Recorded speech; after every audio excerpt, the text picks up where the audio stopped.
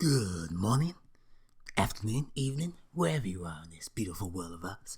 You're listening to another edition of The Radical Preacher, and this is The Radical Preacher Show, brought to you live from a bunker deep underground in Middle Earth. And today, I have brought back the one and only Reverend Samuel Collins. Sorry, I got your name completely mixed up. The Reverend Colin Sampson. Reverend, why don't you say a few words for the people? Hey there. Thanks for getting my name messed up again, Radical Preacher. We've known each other for about 25 years, and yet you still mess up my name. Thanks very much for that. Okay, Colin. And Colin has promised me today, because we made up a lot. If you've seen a few of our other recordings, it does get a little bit heated. Well, goddamn right, it gets a little bit heated here, because you end up saying some stupid ass shit. Okay, Colin, you said expressly today that you will stop the swearing. I may have said it, doesn't mean I mean it.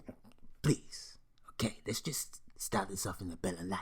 So today, because of Radical Preacher, we like to keep up with major events which go on in the outside world. In today's show, we're going to make reference to something which is going on. And there's a place in Earth called Edinburgh. Edinburgh? The hell is that? It's in a place called Scotland. Scotland? Never heard of that place before in my life. Sounds a little bit strange. But anyway, in this place called Scotland, they do this comedy festival called the Edinburgh Fringe Festival. And they have, year after year, a line of jokes. So the top 15 get marked. And they're all one-line jokes. And the person who finishes up first gets a prize. So what do they do? So it's just a bunch of jokers there? So what, they just do like comedy routines and all that stuff, just like you do? Hey, I don't do comedy routines, I do sermons. That's what I do here. We give out sermons over on the radio, okay? That's what we do. We do positive stuff. Hey, what the hell is the show? You know, so we're talking about what, Edinburgh, Scotland, whatever it is. So what the hell is supposed to show? So okay, so they do jokes. So what are we doing? So what are we gonna do about it? Okay, well, I thought what would be a good thing for this show today is that we look at all these jokes and we can give a little bit of analysis, and I can have my good friend Colin here rate these jokes from 1 to 10 and see if they are worthy of being the top 15 jokes for this year's Edinburgh Awards. What do you think? Do you like that idea, Colin? Well, just read out the goddamn jokes. Well, I got them here in front of me. You can see them. I can see some of those jokes here. Okay. So what do you want me to do? Okay, well, we start from 15, we go down to 1, okay? So the first one here, so what's the purpose? Okay, you read out the jokes, and then we see whether they're funny or not. Okay, it's a little bit different. I want something a little bit lighthearted. I mean, we do serious issues on this show. Only once in a while, it's good to get something which is a little bit more lighthearted. You agree with that? Okay, I agree with that. Okay, I can go with that. Okay, so read out the first one, shall I? You want to read it? I'll read it. Okay. So the first one here, it's by a guy called Phil Nicole. Nicole. Can I read it now? Or you're just gonna repeat this name over and over again? Okay, you can just read out. Okay. So this is the first joke. First of 15. So this is gonna take goddamn how long? But anyway, this is the first joke. Elton John hates ordering Chinese food. Soya seems to be the hardest word. And that was by Phil Nicole. Okay, so Elton John. So that's a singer, right? Yeah, I think that is a singer. Elton John has sung once at our congregation. It wasn't soya, seems to be the hardest word. It was sorry, seems to be the hardest word. But you know, it seems to be kind of like a funny joke. I had to stop myself a little bit because I thought I was gonna laugh. For me personally, I don't really see the connection here, but you know, I like to play on words. You know, Elton John hates ordering Chinese food. Soya seems to be the hardest word. I can see how that would work. I can see how would you rate that joke, Reverend? Well, what do you want me to rate it? What, out of 1 to 10? Yes, rate it out of 1 to 10. Okay. I give that joke a 7.5 out of 10. 7.5 out of 10. Well, that's pretty good. That's pretty good. I mean, the best jokes I've ever given you, you've given 4. You don't tell jokes, Reverend. You just give me these God speeches all the time. Okay. So can we go up to the next one? Okay, let's go up to the next one. So number 14. This is the 14th ranked highest joke in the Edinburgh Fringe Festival 2016. Okay, Reverend, read out number 14. So number 14 says, I'll tell you what's unnatural in the eyes of God. Contact lenses. And that's done by a comedian called Zoe Lyons. Zoe Lyons. So that's like a lion that roams in the jungle, like lions, tigers, and bears. Yes. Like lions, tigers, and bears. Yes. Okay, so can we just get back to the joke? So, I tell you what's unnatural in the eyes of God, contact lenses. I suppose here literal terms that, she's got a point. Especially if God did wear contact lenses. Did God wear contact lenses, radical preacher, or he didn't need it, or he just had perfect 20/20 vision? I don't think it's that when God was mapping the earth and the world and the universe, that contact lenses existed. And as contact lenses is a man-made phenomenon, then the joke itself is redundant, because of course that would be unnatural in the eyes of God. And I'd like to look at these things in literal terms, and yes, another play on words, but something I don't necessarily agree with it. I don't like these jokes. So how would you rate it? So you don't like the joke? I think the joke was okay. Nothing makes you laugh, does it, Reverend? Okay. So, how would I rate that joke? I would rate that joke a 7. So you would give it a 7. I'd give it a 7. A nice solid 7. Maybe a 7.5. Similar to the last one. Okay. So, let's go to number 13. So number 13 is a joke by a person named Arthur Smith. Okay. So this joke is, back in the day, Instagram just meant a really efficient drug dealer. Instagram? What's Instagram? Instagram, that's like that social media thing. That's the sin of the seeds of the devil. Seeds of the devil, but you on YouTube. That's social media. But isn't that's a little bit different? No, we on YouTube. Yeah, you on YouTube. You start this channel up yourself. Don't try to avoid it, man. God damn, Reverend. I must admit, if I wasn't on the church, I must be a drug dealer myself. Well, that's a joke, Reverend. Before you jump in, that was just a joke. Okay. Well, I must admit, I'm not too keen on that joke myself. But it seems an okay one. Back in the day, Instagram just meant a really efficient drug dealer. Okay. Well, I suppose there'll be people out there who be understanding and get that reference, and they'll be laughing loudly, but for me, I'm not laughing too much. Maybe inside I am. So, Reverend Colin Sampson, how would you rate this joke? Well, I give that joke, for me personally, I give it a 6 out of 10. A solid 6 out of 10. Okay. So that was the 13th highest ranked joke of the Edinburgh Fringe Festival 2016, and Reverend Colin Sampson gives it a 6 out of 10. Now, let's go up to number 12. Okay, so we'll move up to number 12. So that's done by a gentleman called Roger Swift. Like Taylor Swift. Okay, Roger Swift. Okay, so the joke is, I spotted a Marmite van on the motorway. It was heading eastbound. Marmite. What's that? I think it's like a spread. Like a spread you can have on the sandwich or something. Like a nice little spread. Some people like it, some people don't. Okay. Well, because I've never tasted Marmite myself, and this whole eastbound thing, so I'm a little bit confused by this joke. So, I'll leave that over to you, Colin. What do you think? Well, again, I mean, it seems okay. I've never tried Marmite myself, but, some people like it, some people don't. That's what they're telling me at the congregation. Some people like it, some people get turned away from it. Some people love the stuff, some people hate it. So, I don't know. Okay, I'll give that a 6. So, Reverend Collins gives, I spotted a Marmite van on the motorway. It was heading eastbound, a 6. I'll give it a 6. Okay, so the next joke on here, number 11. Read it out for us, Reverend Collins. Okay, so number 11 is by a comedian called Michelle Wolf. Okay, so we had A lion and now we got a wolf. Yes. Yes. Okay, so let's read out this joke. And it's to do with the presidential election. Okay, so it fits right into the zeitgeist, doesn't it? Zeitgeist, very interesting word for you. Okay, so let's read it. Hillary Clinton has shown that any woman can be president as long as your husband did it first.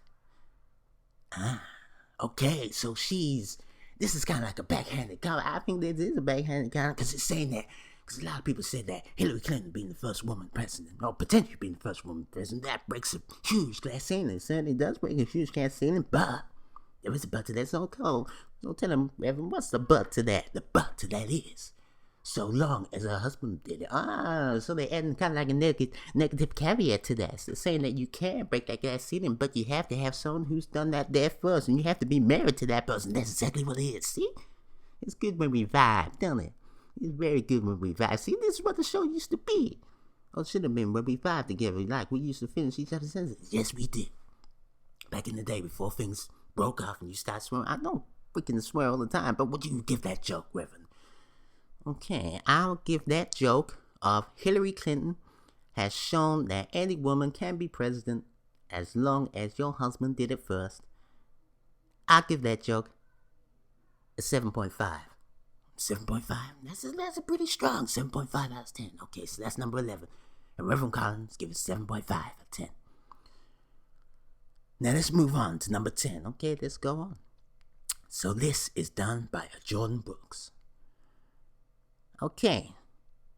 Is it possible to mistake schizophrenia for telepathy? See, I can't even get that word. Let me try that again. Try that again. I'll try not to mess it up this time. Okay. The floor is yours, Reverend. Is it possible to mistake schizophrenia for telepathy? I hear you ask.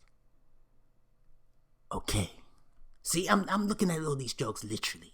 I can understand that, so I'm guessing. So schizophrenia, you hear voices in your head. So, okay, so that person's insinuating that someone's asking him the question, but he's actually asking himself. Okay, so I kind of like get that joke. It takes me a little bit while to understand these jokes. So I do get it. What do you think? I kind of like it. So these jokes are a nice, very, very nice way of playing on words. I suppose like the jokes which I like, they're very obvious, And this one I'd say is a little bit obvious as well. It's a good joke by Jordan. He's done some good work there. So what would you give it out of 10? Okay.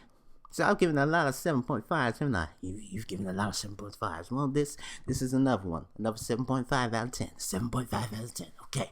So moving on to number 9. So number 9 here is done by a comedian called Eddie McGrath. McGrath. Okay. So, don't you hate it when people assume you're rich because you sound posh and went to private school and have loads of money? Okay, so this is kind of like a joke, which is like a build-up of resentment. It is, because it's kind of like a joke, but yet she states the reasons why you should hate that person. Yes.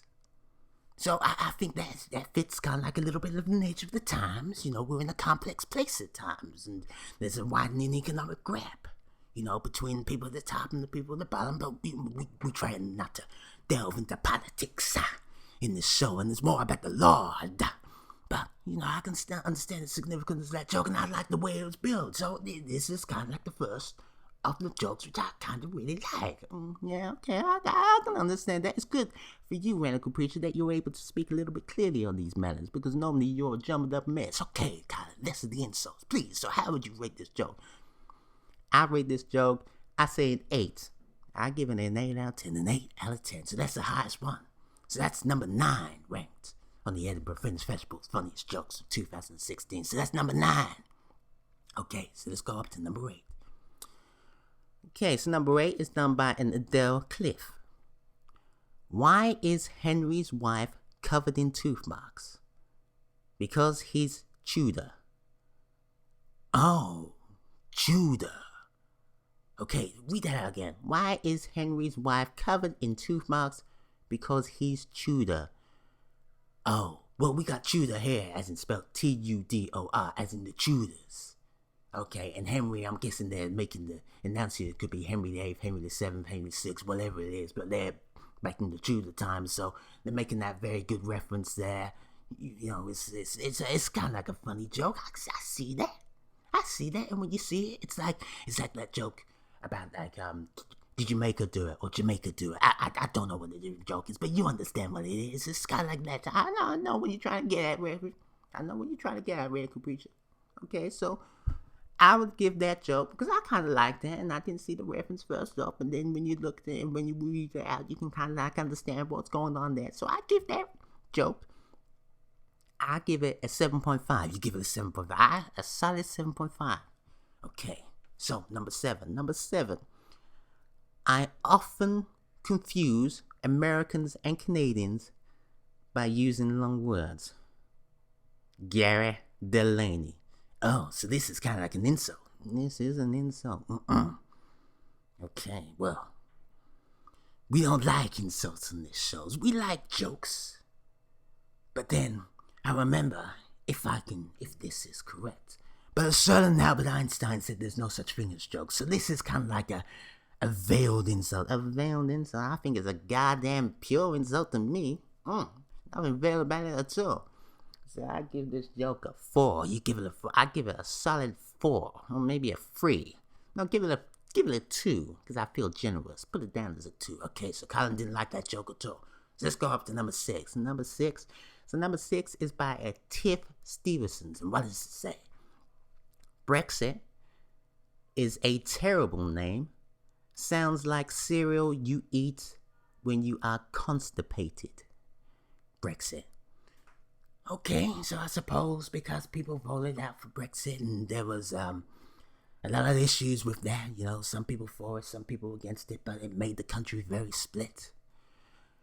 And yes, it does sound like a breakfast cereal when you are constipated. I can see that joke. It seems like a very interesting joke to me. It's quite a good one. I've never heard that before, so I think it's quite... I've never heard any of those jokes before. It doesn't mean that they're all funny, but yes, I do agree with you. I kind of like it. I think it sounds pretty good. So, what would you give that out of 10? I'd give that 7.5. We got a lot of 7.5s here. We got 1A, but a lot of these are 7.5s. Okay, so let's move up to what are we on now? Number 5. Okay, so number 5. Number 5 goes like this. I went to a pub quiz in Liverpool, had a few drinks, so it wasn't much use. Just for a laugh, I wrote the Beatles or Steven Gerrard for every answer. Came second. And that was by Will Duggan. So Liverpool. Okay, so this is Liverpool. This is in the United Kingdom, isn't it?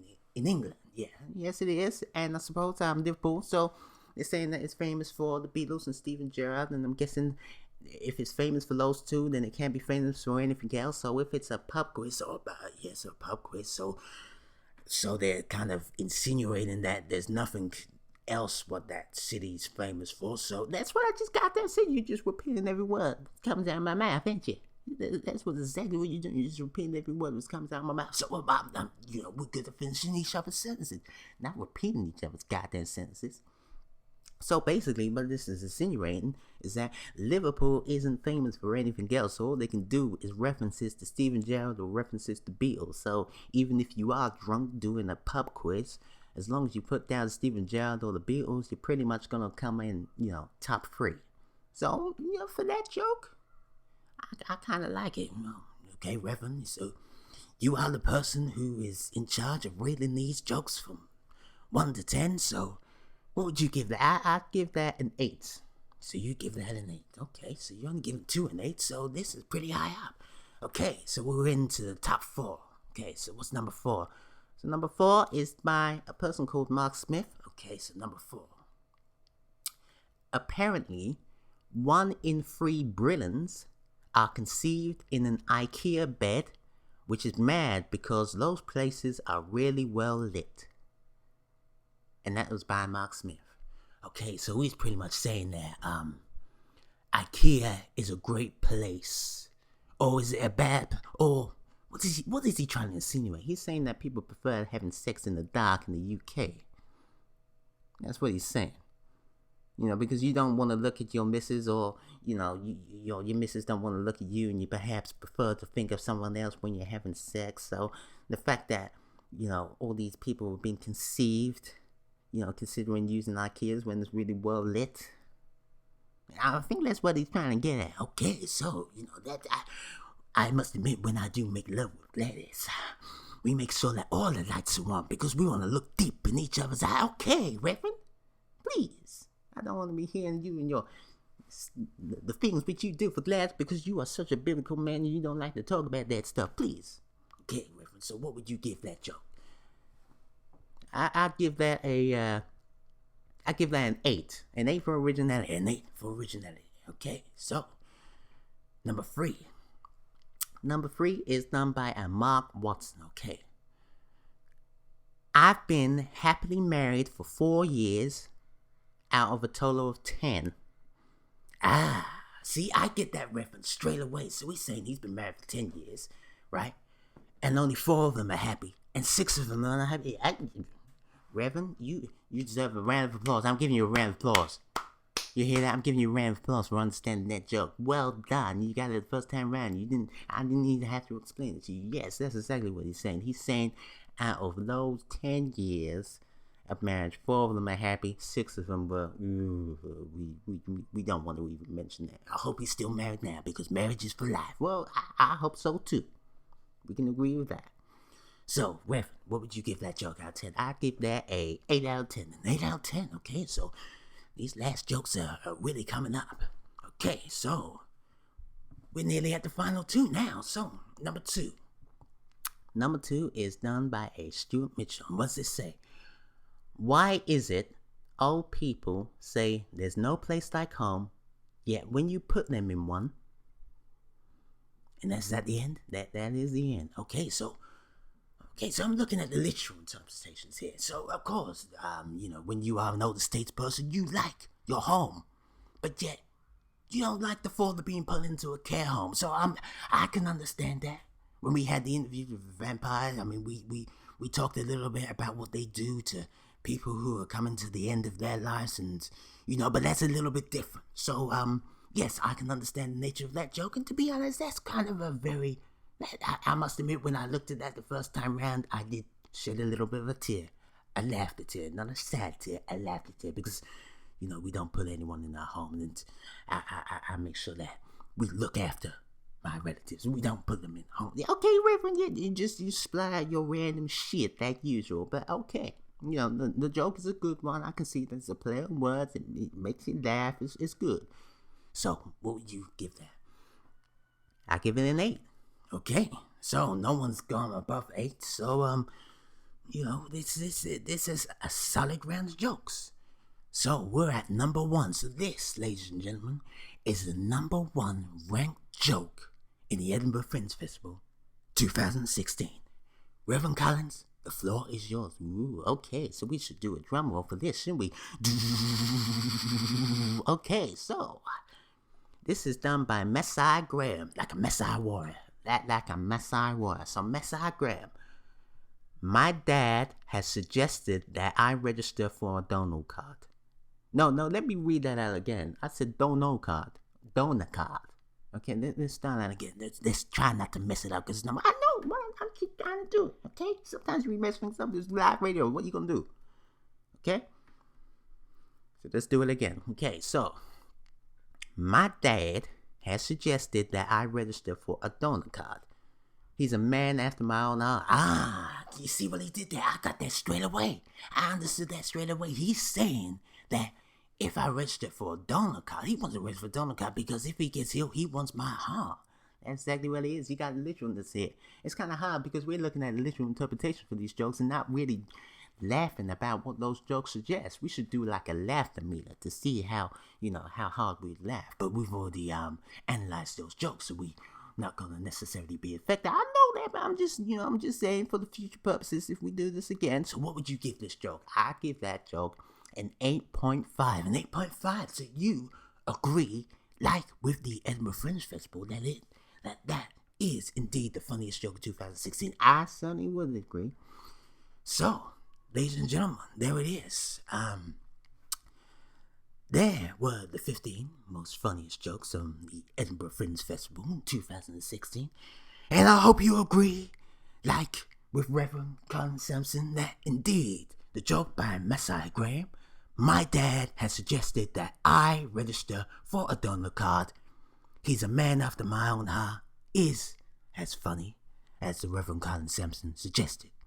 So we're going to end this podcast. It's been a long one, to be honest. It certainly has been a long one. We've been on there now, and we haven't had an argument either. We haven't had an argument. So that's all good. So you have been a lovely host. Sorry, I've been a lovely host. See, I trying to say goodbye is always the hardest word. Sorry seems to be the hardest word. You get that? I just put that in. Okay, let's just end it now, shall we, Reverend? Okay.